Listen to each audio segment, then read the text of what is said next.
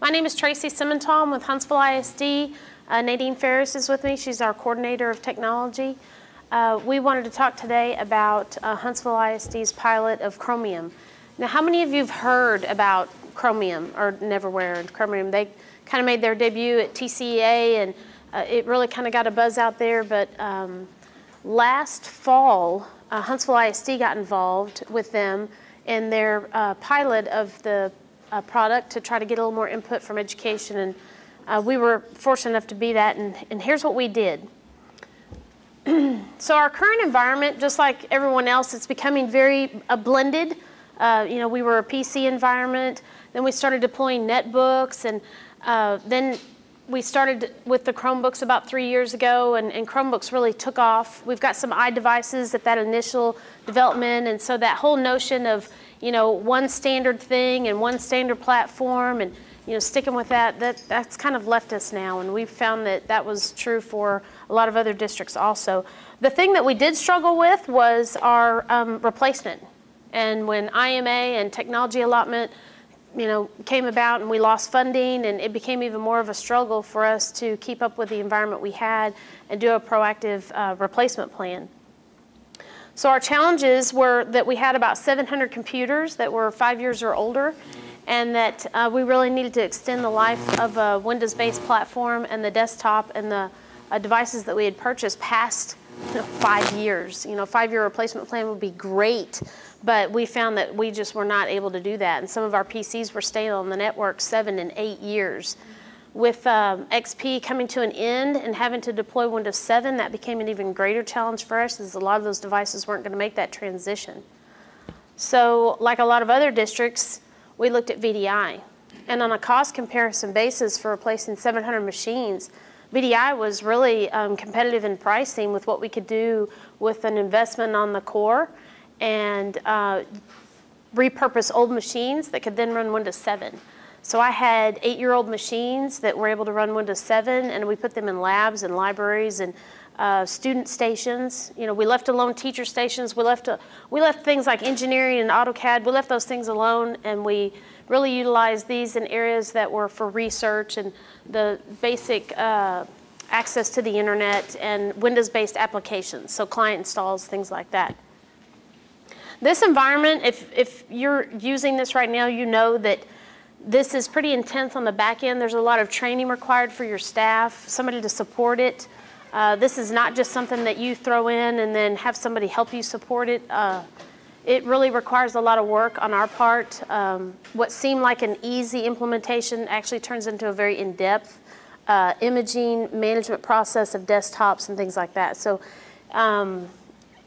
as we grew it and saw how much support it took, we really began to explore other options. Still trying to remain in that cost balance where we were trying to figure out, well, I have to reuse old machines, but how do I do that? Well, we got asked to come to a presentation and on CloudReady with Neverwhere. And it sounded a little too good to be true, so we thought we would just go down there and take a look at it for ourselves, and I grabbed a couple of technicians, and we went down to Spring, I believe that's where we went, and visited and watched a presentation by Jake and his team on CloudReady. And so CloudReady is where basically they took the Chromium OS and they figure out the drivers. Now, we had already been trying this. My technicians had already been trying to install Chrome on some laptops we had, but we struggled with drivers and getting it to work just smoothly. It was not a smooth process for us, and we were struggling with it. So that was the interest also, and that's the other reason that I took the techs down there with us to go see this presentation. But they have that all figured out. So they have these platforms that they're already done and ready to go, and it comes in on a little flash pen. So we went and saw the presentation, and you can see that it talks about, it runs on a much lighter footprint, and that way these older devices kind of get renewed life. And so we were interested in, I had a bunch of 5-year-old Acers that we had deployed. They were still in pretty good shape because they were cart driven at the high school. They didn't go home with the kids, and they looked good, but they just weren't going to make that Windows 7 upgrade. And so we thought, well, that would be a good pilot. The Optiplex 760 was our other model that we were interested in keeping around. You know, the 740s weren't all that great. If y'all have Dell 740s, there were some little issues there, but 760 was a good solid platform that we kind of wanted to hang on to, and I had a large number of them.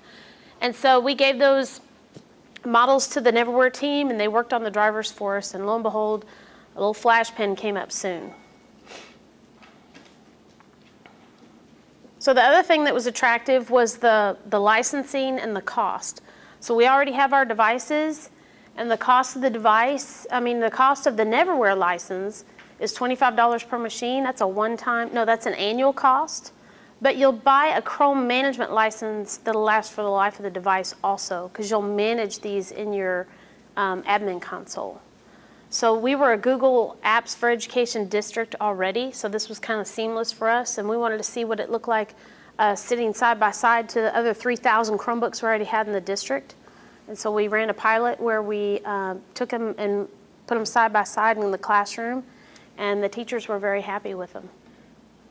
They really couldn't tell a difference. So the pilot quickly went from 30 to 100, and still, you know, great little device that we have here. Kids don't even know the difference. You know, they grab one or the other, and we're looking at expanding it even more. So let's see, where do we go from here? The image process, because I know y'all want to get down to the tech details. You have a flash drive. It has all the drivers for all the different machines that are supported on that model. Is that correct? Yes. And you literally stick the flash drive in, boot up the computer, 5 minutes. It's unintended. You don't do anything. Computer restarts, enroll the device in admin console just like you do a brand new Chromebook, and you're off and running. That's it. I have a link here of the model. Now there's certain models that they support right now. Yeah, and we brought two with us. This is a 721. You're welcome to shut it down and bring it back up. I'm logged in as me, so don't send any email or anything to anybody. But I don't know if you have Acer 721s. I'll just let y'all play with them. This is a 1430, so y'all can play with it. But I mean, and he brought two. I don't remember what yours was. This is a E4200 and then a new and then a Lenovo. Yeah. So, and then like she said, we have a Dell 760. I mean, it really is literally just put the flash drive in, boot off of it, 5 minutes later, it looks just like. So the list of supported models is growing, as you can see. It's Dell, HP, Lenovo. It continues to grow. I know that if your model isn't listed on their supported device, then you can tell Neverwhere this is what you're interested in, and they work on it for you. So just to tag on just to what Tracie's talking about with device specifics, the general rule of thumb is that Intel Celeron processors built on or after May 2007 should be supported.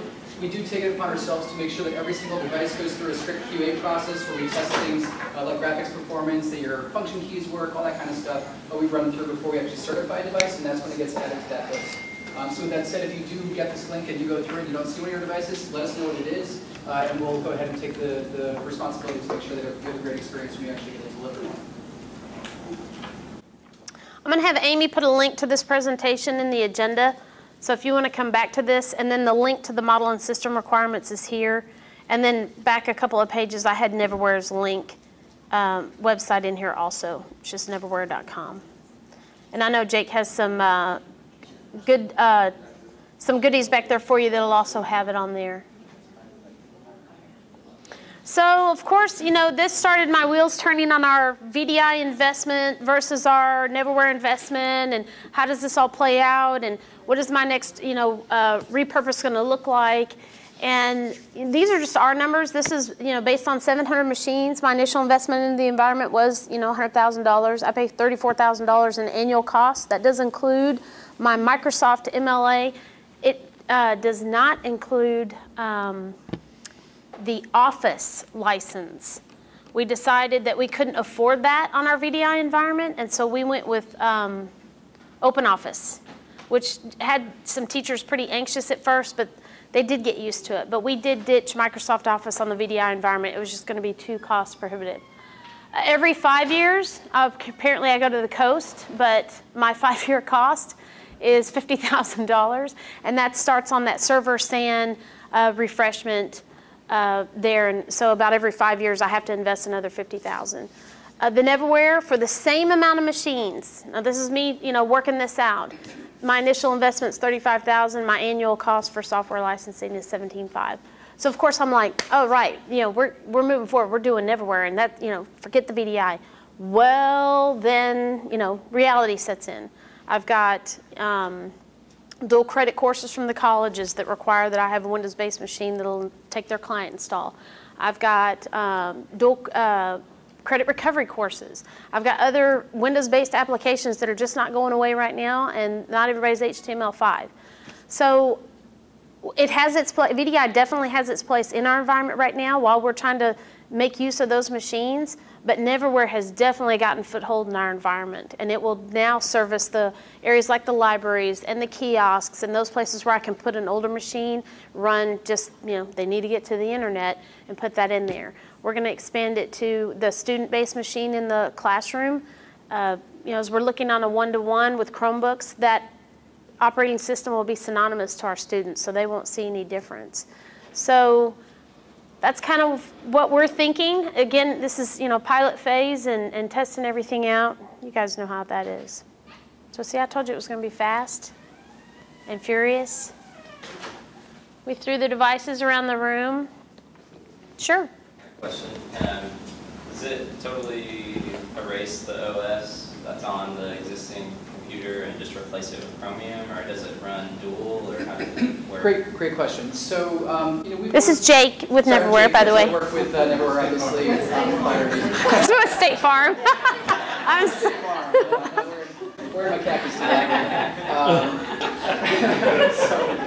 Very good question. So we've tried in all development efforts to get to Chromebook parity, and we've worked with Google's team to kind of ensure that we follow the right steps and have all the right checks checked. So with that said, the reason that Chromebooks today do not allow dual booting is simply for security purposes, where they don't want one user on a partition to go onto the other side and start manipulating it, if you're savvy enough. So we do not allow dual booting for that reason. But with that said, the experience when you actually boot the machine, as you were saying earlier, should be exactly like a Chromebook. And that's, again, why we go through that QA process. I don't know if we mentioned yet, but you have the opportunity to try CloudReady for free for 3 weeks. You get 5 licenses. You can install it on any of your machines, see it firsthand, enroll in the domain if you want, and get the experience right there. Let me pull it up in the domain. And Tracie's going to show you, I guess, quickly what the devices look like when they're enrolled in the domain, and that way you can see how your policies get pushed, etc. Yeah, don't judge my domain, you guys. Yes, right now our domain on the device side is very flat, and we're talking about going through and now we're having to reorganize that based on where the devices are. On the user side, we've got a good grip on that, but on the device side, why am I not seeing it? Here we go. They do show up under the Chrome devices, which is funny because once they get in here, they're called the non-Chrome device. And just to tag onto that for 1 second, as of our latest release, they now string the MAC address of the machine, and it says CloudReady and then the MAC address, so you can tie it into all your inventory management. This was actually a pre-release installer is what we've put in there, but they have our updated sticks now, and that'll change very shortly. Yeah. And so you can push your apps to them, your settings, the Wi-Fi, all of that you do for your Chromebooks. If you manage Chromebooks now and know how nice that is to do that, you can do the same to these become Chrome devices is what they become. And so I'm really excited about the desktop because, so the improved battery life on the netbooks that we experienced, I'm going to be real honest with you, when we got those netbooks, they had a 4-hour battery life. That was their great battery life, 5 years ago. Now they're down to an hour running Windows 7, 1 hour, and they had to be plugged up. With Neverware and CloudReady, we were able to get 2 hours, which, it's an improvement. But where we're going to put those are in elementary classrooms where they're plugged up anyway. They're not going to be good for a high school or middle school where every 45 minutes you've got a new cycle of kids coming in and you've got to have it plugged. But in an elementary classroom, they're going to sit on the counter, they're going to serve a purpose just fine. But a desktop, imagine how long you can keep a desktop now if you've got an operating system that doesn't have the requirements that Windows has on it. So I'm really excited on extending the life of my desktops, and that's where I'm really going to see that return on the small investment that we're making. Where are you doing desktop? Libraries, kiosks, classrooms as the student computer. Computers and, you know, they have Extendus, so we've gotten rid of all that, so now we could, you know, easily like. Yeah, we did not like Or Extendus. not have to manage them. So. Yeah. Yes. Any other questions? The battery life will obviously vary. On a newer machine, you'll get much better battery life than on a 5 or 6 year old machine. But Yeah. a lot of the districts we work with will start with like the 2 to 3 year old machines, and they work their way down to the oldest. So it's really going to vary. But you're absolutely welcome to do any tests when you're in that trial and see what your results are. We put it in we had a teacher at our Vance Park Middle School, and we picked her. I mean, she was tech savvy, and I mean, she uses technology every day, and she had Chromebooks. And so we took 6, I think it was 6, and we put them in there, side by side, you know, like Tracie said, and the kids would just pull, you know, she didn't tell them any different. And they didn't really see any difference. I mean, sometimes one might be slightly like a little lag, like slight lag. You'll load, and then I might load, or if we did it at the same exact time. But it's not enough to, she said it did not stop instruction and actually helped her class. I mean, she didn't see a difference in them. She was our pilot for us, and the battery life. So one of the common questions that I sure Jake gets a lot and that we brought to the table was, you know, I bought this Chrome management license for my 5-year-old netbook, and if I get a year out of it, I'll be lucky, you know, and how can I transfer that license? Because the way that Chrome does Google does their licensing is for the life of the device. And so I didn't want to then pick devices that I didn't think would make it a year or 2 or 3 even, because that's how you get the most out of that license cost. And so I don't think really anything's been put in stone yet, but I'm watching to see what Google responds to with that, you know, as we progress and more districts become interested. But as of right now, we've kind of shifted gears, and we're wanting to put it on desktops where I know I'll get that longevity out of it. Those are just the devices I had that I just couldn't get rid of yet. They looked good, so we just really didn't want to call them non-usable, and so we're making the most out of it, like everybody else is. Yes. What about updates? What type of updates are you on the same line as so, you know, my problem would be is if I had some Chromebooks in the classroom and some of these non-Chrome, the Neverware, this is on version such and such. And I mean, anymore, some of our applications say you got to be on version blah, blah, blah. Mm-hmm. Are those in tune with it, or is it completely different? So it's a different update cycle because it's Chromium versus Chrome OS, but at the same level, we stay in touch with Google's team to make sure that whenever updates are being pushed out, we're coding those in. And that also ties into why we have this annual license fee. We do not have an end-of-life date for any of the devices we support. So when it's certified eternally until there's no more of those running in any of our customers. So you'll never have to worry about that device not getting supported. And that means that we continue to push out security updates and anything that needs to be done to ensure that you always have compatibility with Google services, the backend admin console, and anything else that makes the machine run the way that it should. That's a good question.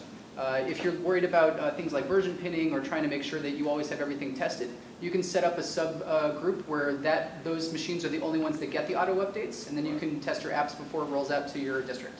And that's an easy way to make sure that you get your QA process done before rolling it out. Hey Jake, can you mention the pricing one more time?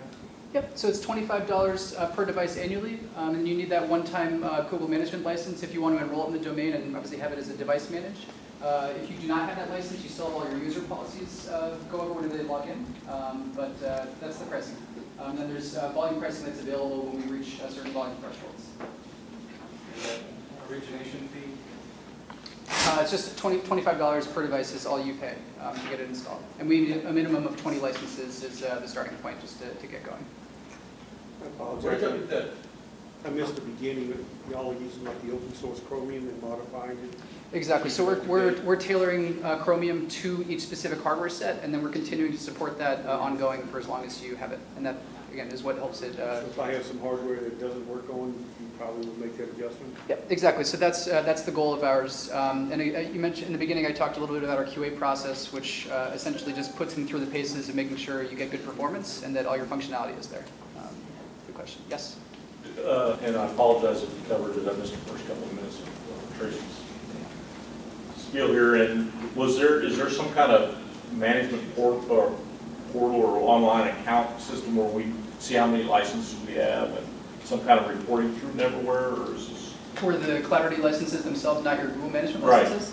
Yeah, so when you issue a purchase order, you're notified of how many licenses you have and what the expiration date is. And then if you ever need to check and see how many you've installed, we can certainly update you that same day.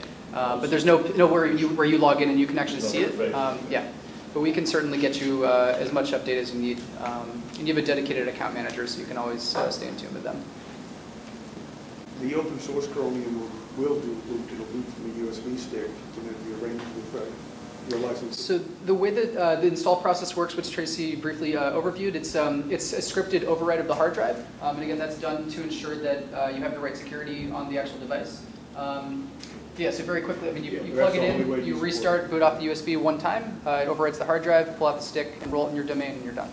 And that process ranges around 5 to 10 minutes, I think, depending on the device, speed of the hard drive, all that kind of stuff.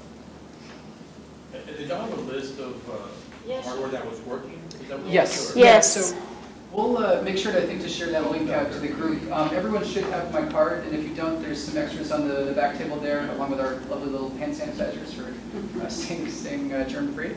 But you can certainly reach out to me, and I can get you this. It's a live updated Google Doc, so just preserve the link, and anytime you want to check it, it's updated. And if you don't see one of your models, just let us know what it is, and we can check in and see what the status is and begin work on it. There's a little over 100, I think, now that are supported. Yeah, the link will be on this page also. I'll have Amy put this this in the agenda, the presentation, and it's the link down here on the bottom to the model and system requirements. And then I know Jake will send you a copy if you want. Any issues with the management system seeing these devices after you put Chromium on? We haven't had any. We tried one or two of them and it didn't seem to show like the others. I mean, we haven't done a big one, we're just trying to do it. But y'all pretty much were able to manage them just like.